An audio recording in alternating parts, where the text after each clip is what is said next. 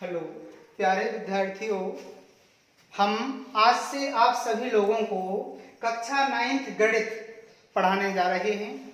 और कक्षा 9th जो गणित हम YouTube के माध्यम से आपको पढ़ा रहे हैं, और हमारे प्रत्येक वीडियो को आप लोग देखना, और देखने के जस्ट बाद आप लोग उसे नोट भी करते जाना।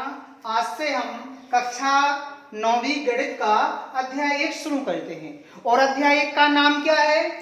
संख्या पद्धति। तो सबसे पहले हम इसके सवाल नहीं पढ़ेंगे, सबसे पहले इसमें हम पढ़ेंगे कि आखिर संख्याएं क्या क्या होती हैं, पूर्ण संख्याएं क्या हैं, प्राकृतिक संख्याएं क्या हैं, और वास्तविक संख्याएं क्या हैं। आखिर जब तक हम संख्याओं को नहीं समझ पाएंगे तब तक हम अध्याय को बिल्कुल भी नहीं समझ सकते हैं। उन्होंने कहा कि कोई वास्तविक संख्या ऐसी, तो हम क्या करेंगे वहां पर? उन्होंने कहा √3 एक अपरिमेय संख्या है, सिद्ध कीजिए। हमें यही पता नहीं कि अपरिमेय क्या है, तो हम कैसे सीख पाएंगे? तो प्यारे बच्चों, आज हम आपको संख्या पद्धति के बारे में, संख्याओं के बारे में डिटेल से समझाएंगे। आप पूरे वीडियो को देखें, और देखने के जस्ट बाद आप नोट भी कर सकते हैं भाषा को पूरा समझ करके। तो प्यारे बच्चों, सबसे पहले हम आज देखते हैं संख्या पद्धति में हमारा जो टॉपिक है संख्या पद्धति, अध्याय 1 है। और हम प्रश्नावली नहीं पढ़ा रहे आपको 1.1, 1.2। हम आपको सीधे पहले संख्या पद्धति के बारे में, संख्याओं के बारे में, 6 संख्याओं के बारे में बताने जा रहे हैं। 6 संख्याओं की परिभाषा आप विशेष तौर से समझें। सबसे पहले हम आपको समझाने जा रहे हैं नंबर 1। नंबर 1 पे है हमारी प्राकृतिक संख्याएं। प्राकृतिक संख्याएं, आखिर प्राकृतिक संख्याएं क्या हैं, इसके बारे में सुने आप लोग। प्राकृतिक संख्याएं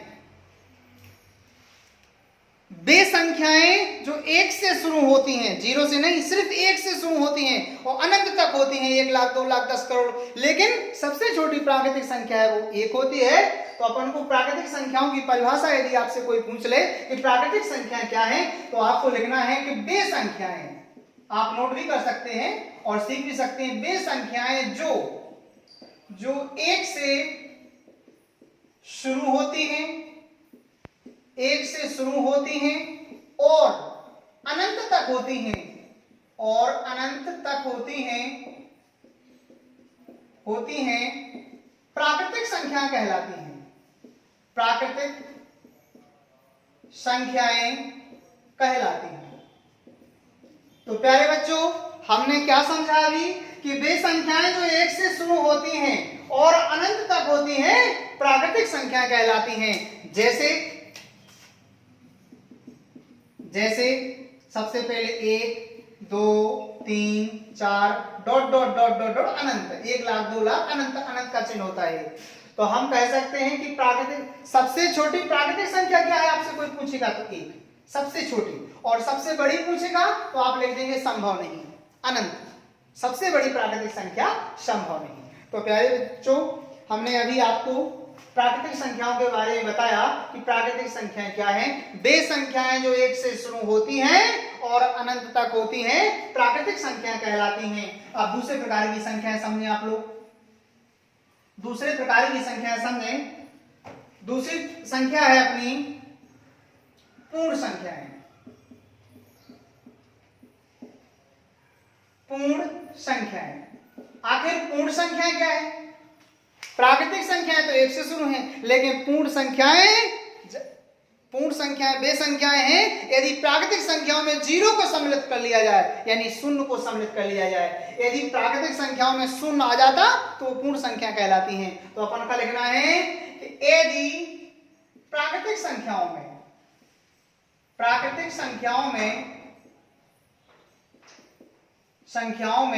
0 यानी 0 को सम्मिलित कर लिया जाए, 0 को सम्मिलित कर दिया जाए तो उन्हें पूर्ण संख्या कहते हैं।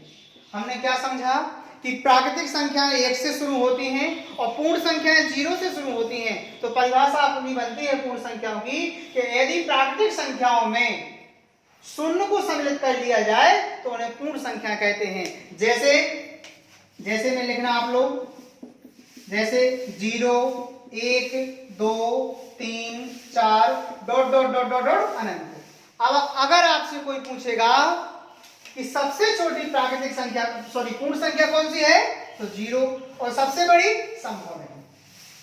तो हमने आप लोगों को दो प्रकार की संख्याएं बता दी। सबसे पहले प्राकृतिक संख्याएं और दूसरी पूर्ण संख्याएं। प्राकृतिक संख्याएं क्या है? प्राकृतिक संख्याएं वे संख्याएं हैं जो 1 से शुरू होती हैं और अनंत तक होती हैं। और पूर्ण संख्या क्या है?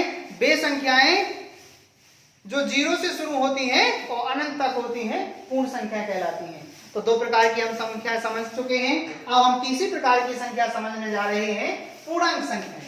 आखिर पूर्णांक संख्याएं क्या है, इनको हम समझेंगे। तीसरी संख्या है अपनी पूर्णांक संख्याएं। आखिर पूर्णांक संख्याएं क्या है, इनको समझेंगे हम ध्यान से। पूर्णांक संख्याएं, इनको हम शॉर्ट में बोलेंगे धनात्मक, ऋणात्मक व शून्य के समूह को। धनात्मक संख्याएं, ऋणात्मक संख्याएं और शून्य के समूह को पूर्णांक संख्याएं कहते हैं। यदि हम जैसे कि 0 हो गया अपना, 1 2 3 डॉट डॉट डॉट डॉट अनंत, ऐसा पीछे कर लो पर -1 -2 -3 डॉट डॉट डॉट डॉट अनंत। अब देखें प्यारे बच्चों, धनात्मक, ऋणात्मक व शून्य संख्याओं के समूह को पूर्णांक संख्या कहते हैं। देखें आप लोग, जैसे 0 है तो एक पूर्ण है।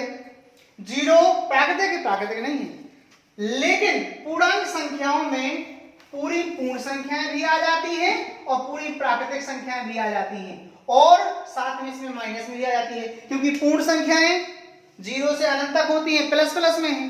प्राकृतिक संख्या 1 से शुरू है, वे भी प्लस में है। लेकिन पूर्णांक संख्याओं की एक क्वालिटी है कि इसमें साथ में माइनस की संख्याओं को भी सम्मिलित कर लिया जाता है। तो आपसे कोई पूछेगा कि -1 कौन सी संख्या है, तो आप कहेंगे पूर्णांक संख्या। आपसे कोई पूछेगा -1 पूर्ण है क्या? नहीं है पूर्ण, क्योंकि पूर्ण तो प्लस में है सब 0 से।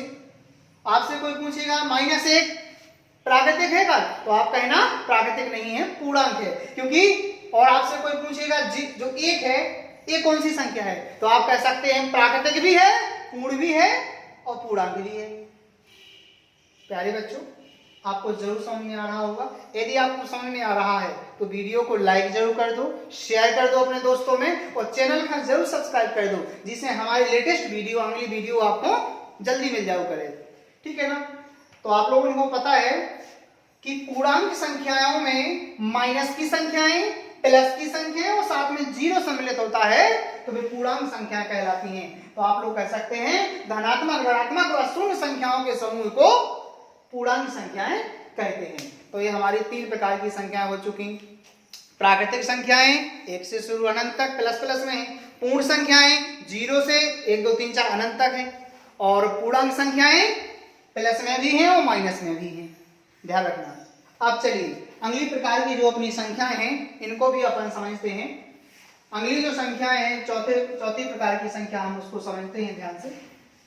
चौथी और पांचवी साथ में समझा रहे हैं, चौथी संख्या को और पांचवी को। चौथी है अपनी परिमेय संख्याएं। परिमेय संख्याएं और अपरिमेय संख्याएं। अपरिमेय संख्याएं 100% हम आशा करेंगे कि आपको जरूर समझ में आएंगी परिमेय और अपरिमेय। जैसे कोई भिन्न है, तो भिन्न को ऊपर वाले को बोलते हैं अपन अंश, और नीचे की संख्या, बटे की संख्या को बोलते हैं हर। अंश बटे हर। अब माना कि अपन ने मान लिया कि अंश अपना p है और हर अपना q है, तो परिमेय संख्याएं क्या हैं? वे संख्याएं जिन्हें हम अंश बटे हर के रूप में लिख सकें, यानी बटे में लिख सकें, परंतु हर 0 ना हो, यानी नीचे 0 नहीं होना चाहिए। जैसे 6/0, और जब नीचे 0 होता है, 0 का भाग 6 में देंगे तो हमेशा आप लोग कहेंगे 0 आंसर आएगा।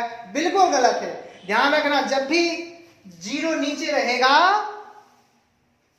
तो ध्यान रखना आंसर आता है अनंत। ध्यान रखना आप लोग प्यारे बच्चों, विशेष गौर से। और 0/6 करते हैं हम तो इसका आंसर 0 ही आता है, क्योंकि 0 नीचे नहीं होता है, 0 तो हीरो है, इसलिए ध्यान रखना 0 नीचे नहीं रहेगा, 0 हमेशा ऊपर रहेगा, और 0 नीचे रहेगा तो उसका आंसर अनंत ही आएगा। तो ध्यान रखना प्यारे बच्चों, जो मैंने बताया आपको कि परिमेय संख्या क्या है, वे संख्याएं जिन्हें हम अंश बटे हर लिख दो, चाहे p बटे q के रूप में लिख सके, परंतु q इक्वल नॉट 0, नीचे की संख्या 0 नहीं होना चाहिए।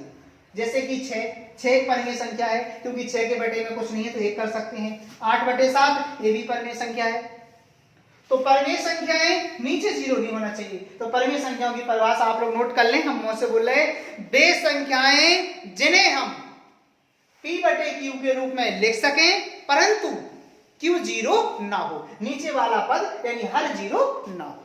ठीक है ना। तो प्यारे बच्चों, हमने परिमेय संख्याओं की परिभाषा समझ ली। अब अपरिमेय को उल्टा कर दो।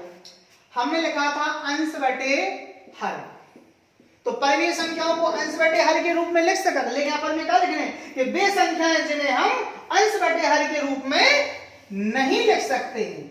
यहां पर लिख सकते हैं, यहां पर नहीं लिख सकते हैं, परंतु हर 0 ना हो, यानी अंश यानी p/q। तो वे संख्याएं जिन्हें हम p/q के रूप में नहीं लिख सकते हैं, परंतु हर 0, यहां ये तो दोनों में है, नीचे वाला पद 0 नहीं होना चाहिए, यहां भी 0 नहीं होना चाहिए और यहां पर भी 0 नहीं होना चाहिए, लेकिन उन्हें हम अंश बटे हर के रूप में बटे में नहीं लिख सकते। अपरिमेय संख्याओं को इनको बटे में लिख सकते, जैसे कि √2 इसका वर्गमूल होता है, इसलिए ये अपरिमेय है। √3 ये भी अपरिमेय है।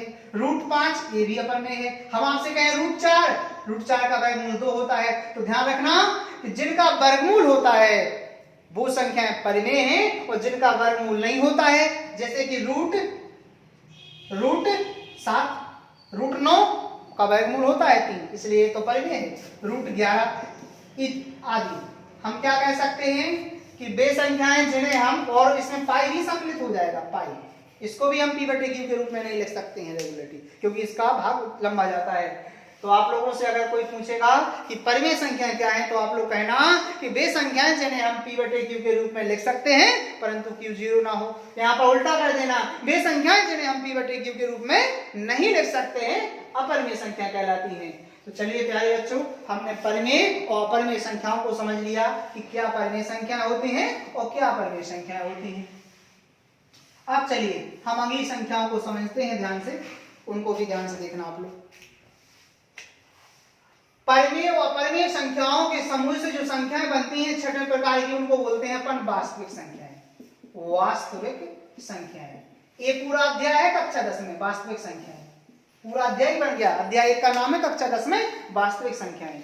तो वास्तविक संख्याओं की परिभाषा सुनो पहले आप।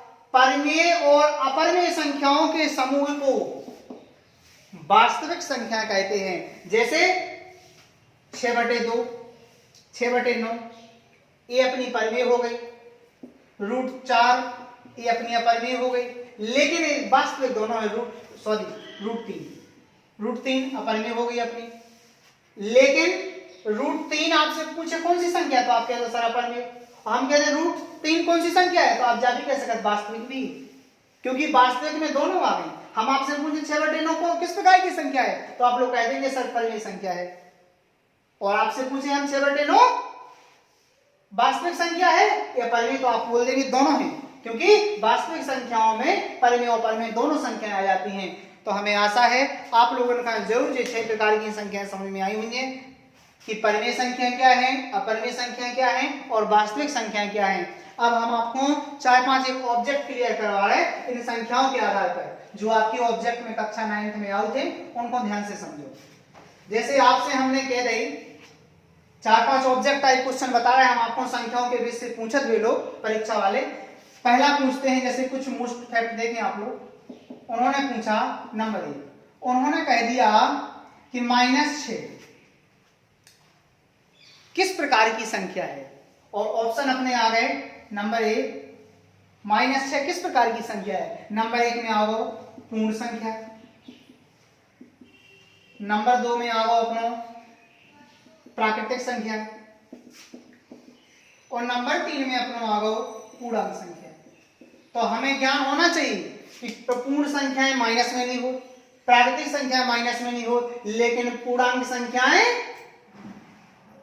माइनस में होती, तो हम इसका ऑप्शन नंबर तीसरा सही हो जाएगा।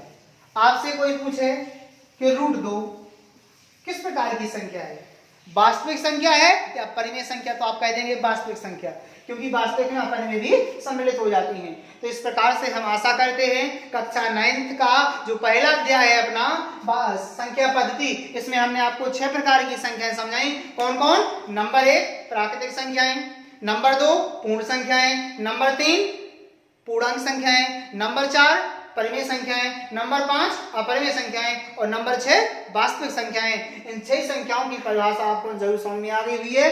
आप लोग वीडियो का 2 से 3 बार देखो, जिससे और जे संख्या पद्धति नंबर सिस्टम तो हर क्लास में और हर कंपटीशन में है, चाहे आप कोई भी एग्जाम की तैयारी करना हो उसमें संख्या पद्धति तो पहला अध्याय रहता ही है, चाहे एसएससी पुलिस का चूंकि भी तैयारी करो, संख्या पद्धति से तो 2-3 नंबर के क्वेश्चन जरूर आते ही हैं। तो ध्यान रखो, आप लोग पूरे वीडियो को देखो, और अगले वीडियो जो प्रश्नावली के वीडियो हैं वे हम जल्दी से बनाने वाले हैं और आपको प्रोवाइड करवाने वाले हैं। तो यदि आपको वीडियो पसंद आओ तो हमने क्या बोली थी, आप लाइक शेयर और चैनल को जरूर सब्सक्राइब करो। थैंक यू, धन्यवाद।